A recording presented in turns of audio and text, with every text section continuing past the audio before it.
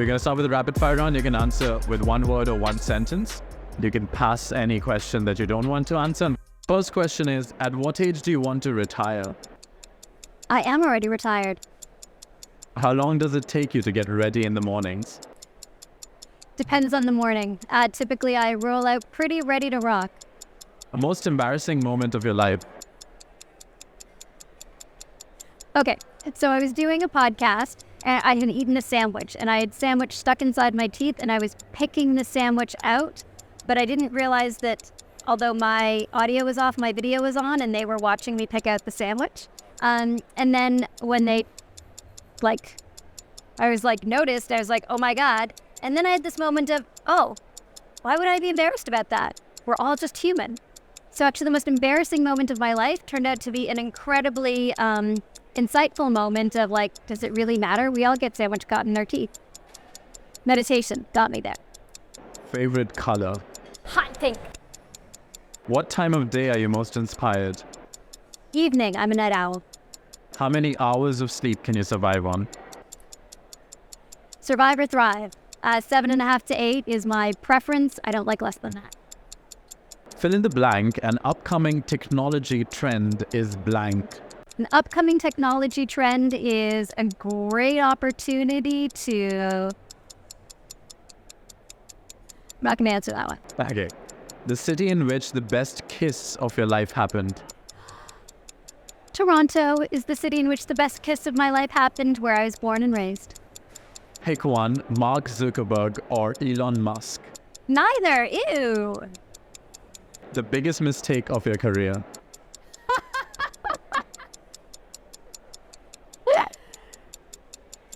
Pass. How do you relax? That's really obvious. Meditation, meditation, meditation. How many cups of coffee do you drink per day? 0. A habit of yours that you hate. Oh, okay. So a habit of mine that I used to have that I absolutely hate is being overly defensive. Somebody will bring up something and my ego will go, oh no, I need to hide the fact that I don't know that, or oh no, I need to prove that I'm right. My husband was the one who pointed out that habit and gave me the impetus to apply the meditation practice that I, so practiced to be able to get out of myself and say, oh yeah, why am I defending about that? That's really stupid. So kick that habit out to the curb. The most valuable skill you've learned in life. The most valuable skill I've learned in life is how to be kind and loving. Your favorite Netflix show. Pass. The last movie that you saw that had an impression on you. Pass. The last song you've been listening to. Pass. Okay, so now we go on to the longer questions, which you can answer with as much ease and time as you like. How did your background in neuroscience, psychotherapy, design, and fashion influence your journey in co-founding Muse and developing wearable technology for meditation and mindfulness? So I began the journey of founding Muse in the early 2000s. In 2002, I worked in the research lab with Dr. Steve Mann. He's the inventor of the wearable computer, the guy that literally made Google Glass before Google did. And he had an early brain-computer interface device. And at the time, we were using it to create concerts where people could make music with their brain. 48 people at a time would slip on an electrode, close their eyes, and while they did so, the sound in the room would change. And I stood back and said, oh my God, we are literally interacting with the world with our minds, and the world needs to know about this. So I got together with my co-founders, Chris Amity and Trevor Coleman, and the three of us sat around in a basement like every good startup should, and was like, what are we gonna do? How are we gonna make this technology sing? And we spent our time doing things like trying to control technology with our minds and make light bulbs glow brighter and sounds change. And we realized that as we were teaching people to focus, to make that light bulb glow really bright, or to relax and then, make music that they're listening to calm down, what we were really teaching them to do was not control the technology that was outside of them, but to control the technology that was inside of them, to actually be able to manage and control their own minds to make that light glow bright or change the music. And that what we're actually doing is far more valuable than allowing people to interact with tech out there. We're allowing people to understand and interact with their own technology. their own mind state and be able to use it and shift it in ways that were really supportive of themselves. So we set on the path not of making brain sensing technology to control the world, but instead making brain sensing technology to help you reflect on the self. And the first thing that we recognized we could really do was help people meditate. And that as we were telling people to focus, to make the light go bright, or relax, we were actually teaching them to focus and relax. And this was, in sense, a core of a meditation practice. And when we sat back and said, what do we really care about in this world? Like, what do we really want people to do to make their life better? An obvious answer was meditation. And if we could only get more people to meditate, the world would be a better place. And so that started the creation of Muse, the brain sensing headband that helps you meditate, and now sleep, which was the beginning of the kickoff of our journey in helping people understand what goes on in their mind using technology. So how does this work, the object in your hand?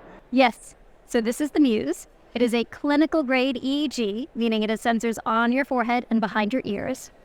It slips on like a pair of glasses. And then it tracks your brain during a meditation practice and sends that data to your smartphone or tablet. While you're meditating, you're getting real-time feedback from your brain to let you know if you're doing it right. So we all know that meditation is amazing for you, but it can be pretty hard to do. You know, when you sit down to meditate, you sit there, you close your eyes, your brain's bouncing all over the place, and you're like, this sucks, I'm a terrible meditator. Well, with Muse, we aim to change all that. Muse actually gives you real-time feedback to know when you're focused, when you're meditating, and when your mind is wandering.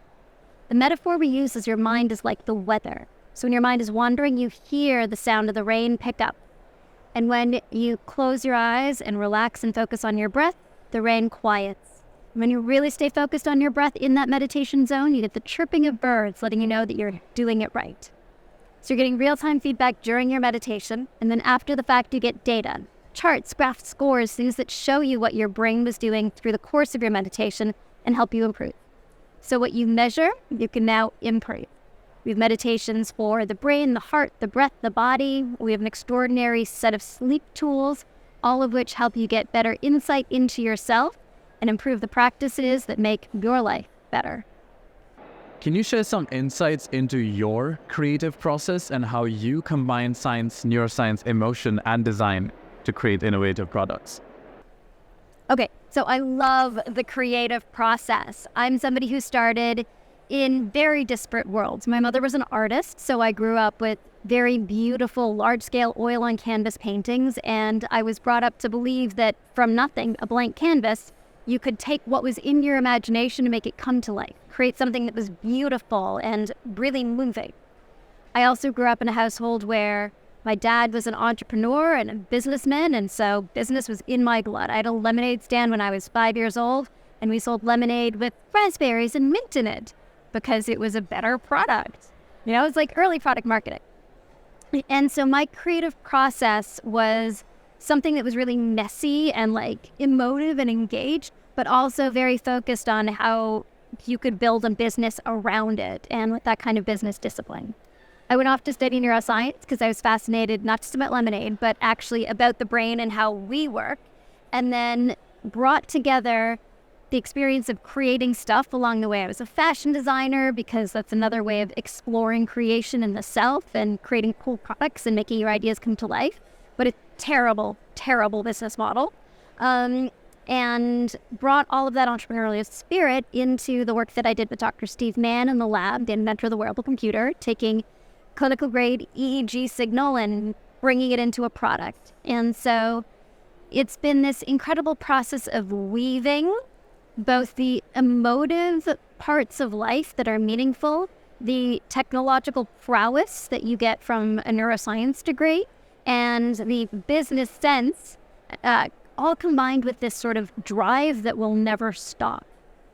You know, you can have each of these pieces, but as, you know, many of you listening are artists and entrepreneurs, and like the thing that drives you is the desire to create and that feeling in there that just won't let you stop. It just wants you to create the thing and bring it out into the world and make it happen. Along the way, I picked up a meditation practice, which taught me how to stop in a different sense. not how to, give up my passion or my ambition, but instead to create a space of quiet and calm that allowed me to be much more focused and much more intentional about what I was doing, and really choose the right paths rather than being reactive to it, and to take feedback on the creations and like meaningfully utilize that rather than just being defensive.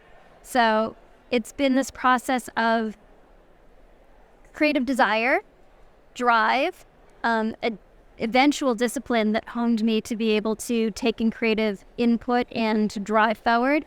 And then the whole other piece when you're running a business, which is being able to manage a team and being able to bring people into the vision to be excited about what you're doing and create an organizational structure that people can work in to all work together towards the same goal.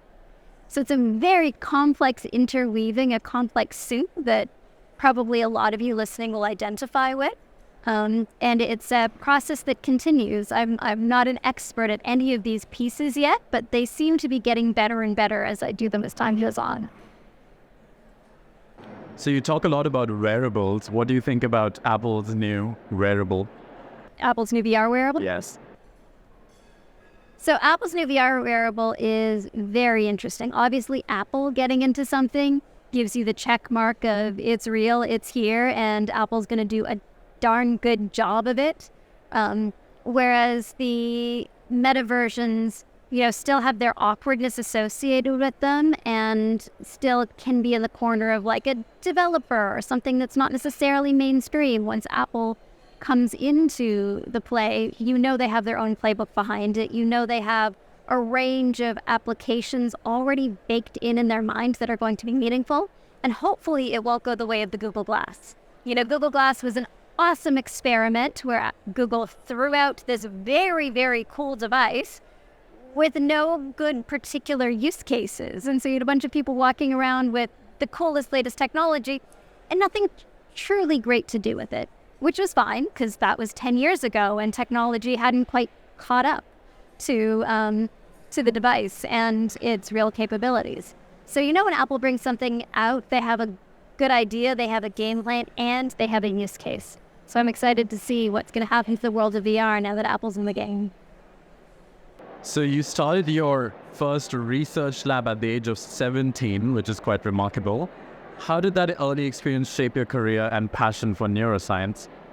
So from a very young age, I was interested both in art and science. As I said, my mom was an artist, and I really wondered how the world worked. Like, why was this table hard? Why did I think about the world in the way that I did?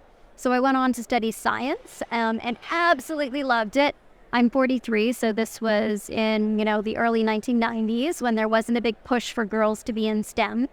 And I got super lucky, and my high school science program actually had a PCR machine and an early biotechnology focus to it. So I was learning biotech in 1996. And then I was able to actually start teaching how you extract DNA from basic cells, how you replicate that DNA in a very simple PCR machine in 1996 in my high school lab. And then from there got a job in a research lab working with Dr. Ellen Bernstein, whose lab focus was on hematopoietic stem cells. And they looked at embryonic stem cells in knockout mice, and this was 1997, as many buzzwords as you could get for the late 90s. And I was, just a very junior assistant in the lab, but I was 17 years old and actually doing real research with mice and helping and assisting in understanding the development of blood cells, hematopoietic stem cells, in these knockout mice ecosystems. And so that really gave me an extraordinarily leg up into feeling like I could really make impact in the field of science. Gave me both the confidence and the tools and the language to be able to engage with it. And then when I went to university, I went for neuroscience. Although at the same time, I had a line of clothing that I sold to stores in New York. And then when I graduated, I opened a little clothing store. So I was always playing between these worlds of art and science. So even at 16, I had a little line of clothing that they carried in the streets of Toronto, like my hometown. while I was working in this research lab at 17. So there's always been this tug for me back and forth between science and art, where science is the enabling tools, science is the methodology, science is the linear process of discovery, science is a form of technology, and the emotional part, the human part, the creating experiences part, the excitement and stimulation part, the color, the life, the sound. And so in the building of Muse, what we have is a very technologically capable device. It's a clinical grade EEG, which gets extraordinary signal, which is used by hundreds, probably thousands of research labs across the world with 200 papers published on it. And we get a beautiful human experience. You get to be able to actually hear the sound of your own mind, to be able to, touch in with yourself during the practice of meditation in a way that is really metaphoric and beautiful. So it's this, pulling together of art and science that allows for the best innovations to exist. And when we think about, the world of gaming, when we think about the technologies that we really love, when we think about the devices that Apple makes and how they fit seamlessly and how they're beautiful, it is that seamless interweaving of extraordinary tech and understanding the human factor and making experiences that absolutely delight. Do you have any thoughts on neurodiversity and the increasing role it has come to, the focus it's come to in the current world? Hallelujah for neurodiversity. In the very recent past, the idea that somebody would have anxiety, depression, ADHD was really, truly a stigma. It was the feeling that this person was somehow atypical and not normal and therefore not good, that it, may taint our environment or, the work that one would be doing if you had somebody like that on routine. And I've heard these conversations. They're really unhelpful. And only in the last 5 years have we made the recognition that, frankly, all of us are somewhere on the spectrum of anxious and depressed. Many of us are on the spectrum of ASD or other associated labels. Many of us have ADD, ADHD characteristics, if not a diagnosis, and all of that is okay. It sometimes makes the experience of living quite difficult. It sometimes makes the experience of living quite difficult. I myself got postpartum OCD and had very intense thoughts in my head that were illogical and nonsensical, but felt so utterly intense and real. And I was a mental health professional. It was still hard for me to parse these thoughts.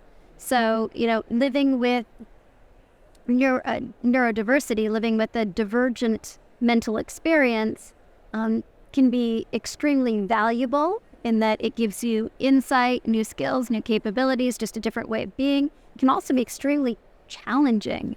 And so when we approach the question of what is it to be neurodiverse, is this a good thing, is this a bad thing, I think we first have to say, what is it to be a human? To be a human can be very challenging at some times, both mentally and physically. For some people, it can be even more challenging and hard to understand why your mind or your brain seems to work differently than other people, why you feel like you're blue all the time and it sucks, and for other people, they seem to be going about the world as it's fine. It can be very hard to reconcile these things, or you can have, voices and thoughts in your head that are just so sticky and compelling and suck. And why does everybody else seem to be just acting fine and not experiencing this? And when you're able to name it, label it, yes, labels can be bad things, but labels can also be very good things insofar as they can help you understand and put context to your own experience, and then allow you to access a myriad of tools and techniques that others who have experienced this can use, whether it is pharmaceuticals, meditation, talk therapy, CNET, DBT, groups. There's so many tools that you can use to help you make sense of your own internal experience and begin to shift those internal experiences to ones that are more supportive of your own life. So, neurodiversity is amazing. Neurodiversity has made some of the greatest art on this planet, whether that is, film, writing, songs, visual arts. Neurodiversity in ways that don't serve you can be terrifying and frustrating and crippling. Again, from some of that comes the ability to communicate about these and to create pathos to our human condition, but also it could just make your life really suck and feel really hard and doing bad. So, part of my mission in life is to help people understand that the stuff that your brain gives you, the thoughts that your brain is giving you that maybe is not so aligned with the world around you, are things that you are able to understand and shift and change. That you can actually have agency over your own mind insofar as you can have an understanding of it. Insofar as you can, stand outside your own self and be the observer of your experience and then take stock of that and say, is this serving me? Do I want to go down this path? Or is it not serving me? And maybe is it serving me sometimes and I want to make the choice to be here when I want to be here and also have the tools to take myself out of here when it really doesn't serve me to be there. So, psychotherapy is a great tool, trained as a psychotherapist. Meditation is an essential tool to help create that sense of observer and be able to get yourself out of your own mind, to be able to recognize what's going on, because otherwise you may just be subsumed by it, and to become a practice that allows you to identify when your thinking maybe is divergent in ways that aren't serving at that moment, or to notice that your thoughts are being divergent and to use it if it's, a creation for great art in that moment or something that's helpful, or stop doing it if it's something that's hurting the people around you. These are the sort of self-observations that something like meditation can help you make. And then tools and techniques like CBT, DBT, and a range of other psychotherapeutic methodologies, as well as pharmacology, which can help you gain real perspective. If you lived your life with anxiety and you then get on Paxil or Prozac or Zoloft for a period of time and realize, oh my God, I don't need to feel that way, that can be an incredible tool to help you understand the range of you. That the range of you can go from super anxious to actually okay, feeling like normal and grounded and able to engage, and then becomes like a methodology to help you learn, oh, well, when I'm here, I do have the option to bring myself here, whether it's with pharmacological help or without. Now that I know I can get here, what are the other means that I can use now that I've tasted it, now that I understand it, now that I can build capacity and return to this state.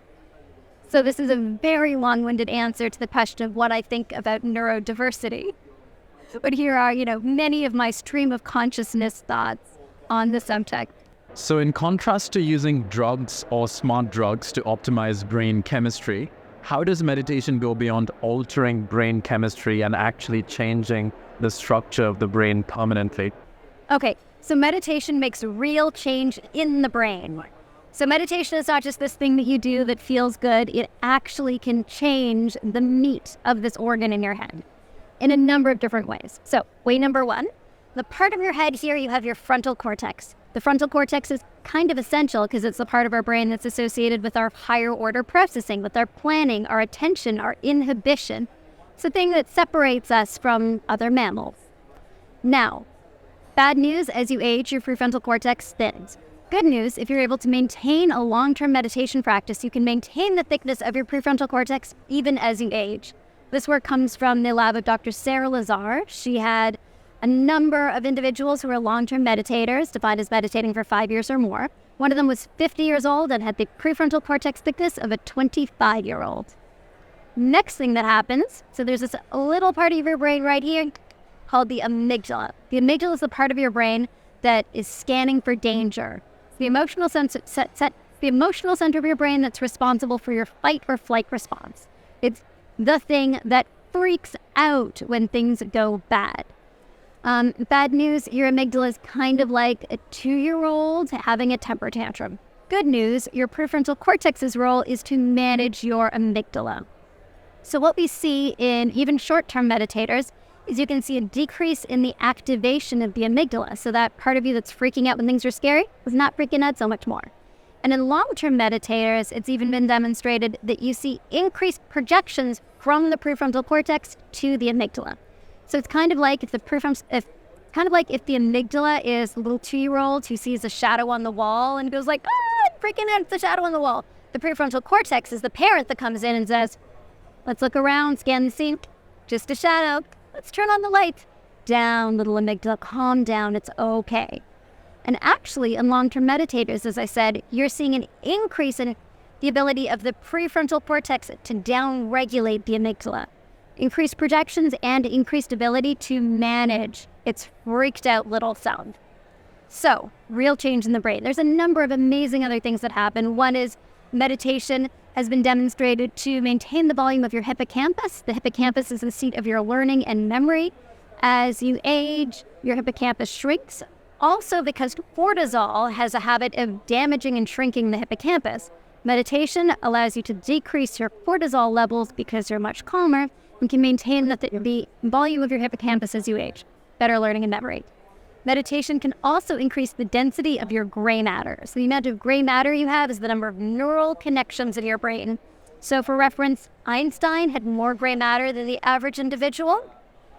Dr. Sarah Lazar's lab has shown that even just 8 weeks of meditation has been able to increase the density of that gray matter. More gray matter, probably more smarts. Meditation has also been shown to increase the connections to your corpus callosum, the communication between your left and right hemisphere. It's also been demonstrated to upregulate activity in the TPJ, the temporal parietal junction, which is responsible for empathy, compassion, and perspective taking. So, in short, those were just a few of the many more ways that meditation impacts the physical structure of your brain. Best one saved for last, meditation can even decrease the aging of your brain overall. So an amazing study showed that long-term meditators had brains that looked on average 7.5 years younger than short-term meditators. This is the work of Dr. Eileen Luders. And she looked at long-term meditators, which she defined as people who'd been meditating for 5 years or more. So meditation of 5 years or more can lead to 7.5 years of a younger-looking brain. Pretty good investment of 10 minutes a day? I think so. Why do you think meditation has constantly, well, I don't know whether it has come back. It has been important in the history of mankind for a long time, but it comes into cultures and it goes away for a while, or does it come, or do you think it's been consistently there in all cultures? Or in some cultures it's more, it's less? So we've seen this ebb and flow of meditation over time. Meditation is kind of like the OG technology. 2,000 years ago when forms of meditation were being created and passed down and taught, what it really was a technology to help you query the mind and observe the mind and change your body and physiology. Before there were, Apple Watches to track your heart rate, meditation was a tool that you would use to observe your own self and to be able to see what your heart was doing. Before we had IQ tests, before we had things that allowed us to query our minds, meditation was a tool that allowed you to sit there and observe your mental process and allow you to rewire your own brain and your own body. It is an extraordinary early technology. We have seen the rise and fall of that technology several times. So in Western culture, for example, we really didn't get great exposure to meditation until the 70s brought the fascination with Orientalism. That's probably really not a PC term these days. And the hippie movement brought that fascination into North America, and meditation became on vogue.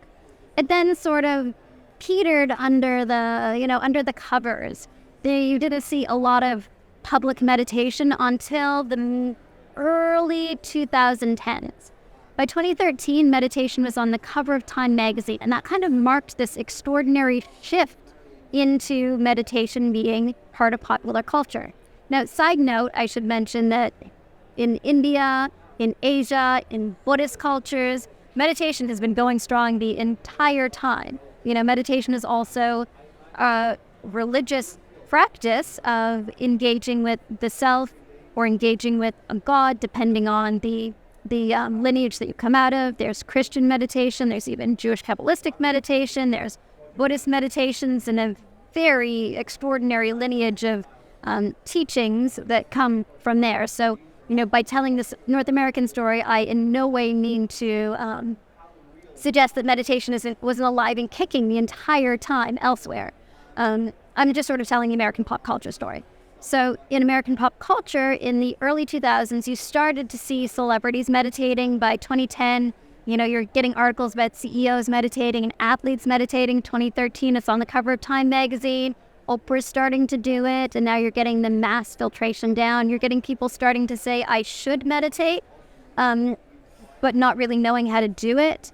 Headspace came out about that time, is starting to gain in popularity. So you're getting the apps coming in because you had the iPhone, you had a mechanism starting in 2010 that allowed you to have apps on your phone so that you could do these things and have a wider dissemination of it. By 2014, we came to market with Muse, a brain sensing headband that could help you meditate. And when we were pitching for Muse back in 2010, 11, 12, we'd go to VCs and they'd be like, your technology is amazing. What's the killer app? And we'd say, to help you meditate. And they would laugh us out of the office. By 2023, those very same VCs meditate with Muse. True story. So, the curve has gone like this to where you started to have tech investment in it. You had Calm.com, the guy from Calm paid $1 million for his webpage that was going to just say calm on it. That was the very first thing it did. And it was a beautiful scene that just made you feel calm. So you start to see the tech investment falling in, which then enabled more technological deployment. Our popularity went from a device that we used by a few thousand people in 2012 when we first came out to, more in 2014 to now 2023, 500,000 people around the world have used Muse to start or enhance their meditation practice.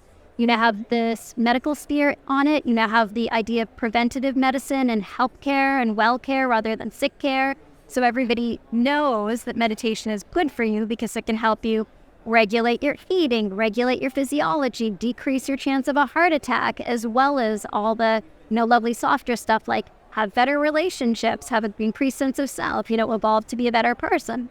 And we've come to the moment of the zeitgeist where so many people meditate that it became a badge of honor. So in the same way that 7 or 8 years ago, carrying a yoga mat down the street and wearing, Lululemons was like the badge of, oh, you are cool, you're somebody who's doing good for yourself.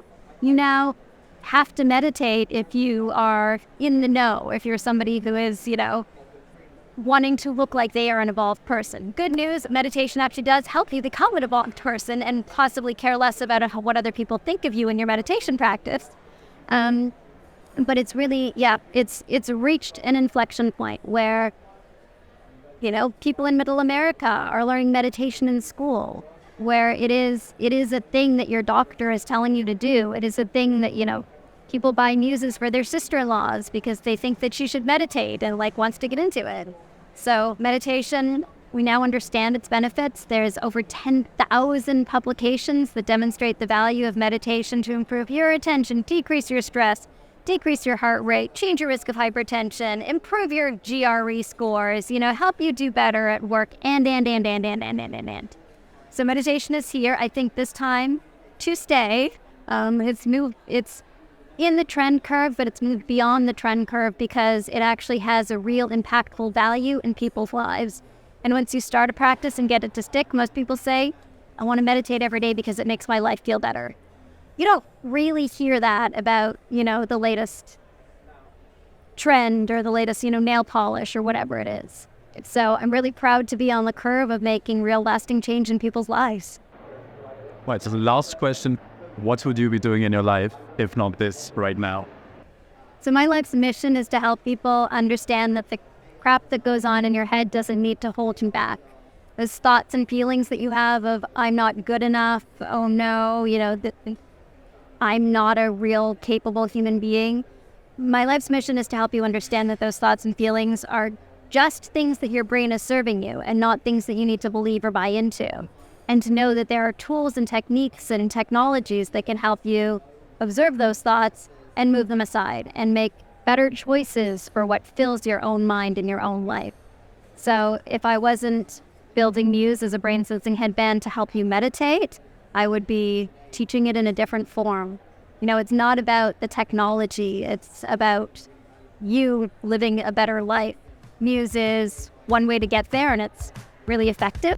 And there are lots of ways to get there. All I really care is that more people understand that they are absolutely awesome and don't let those voices in their head hold them back.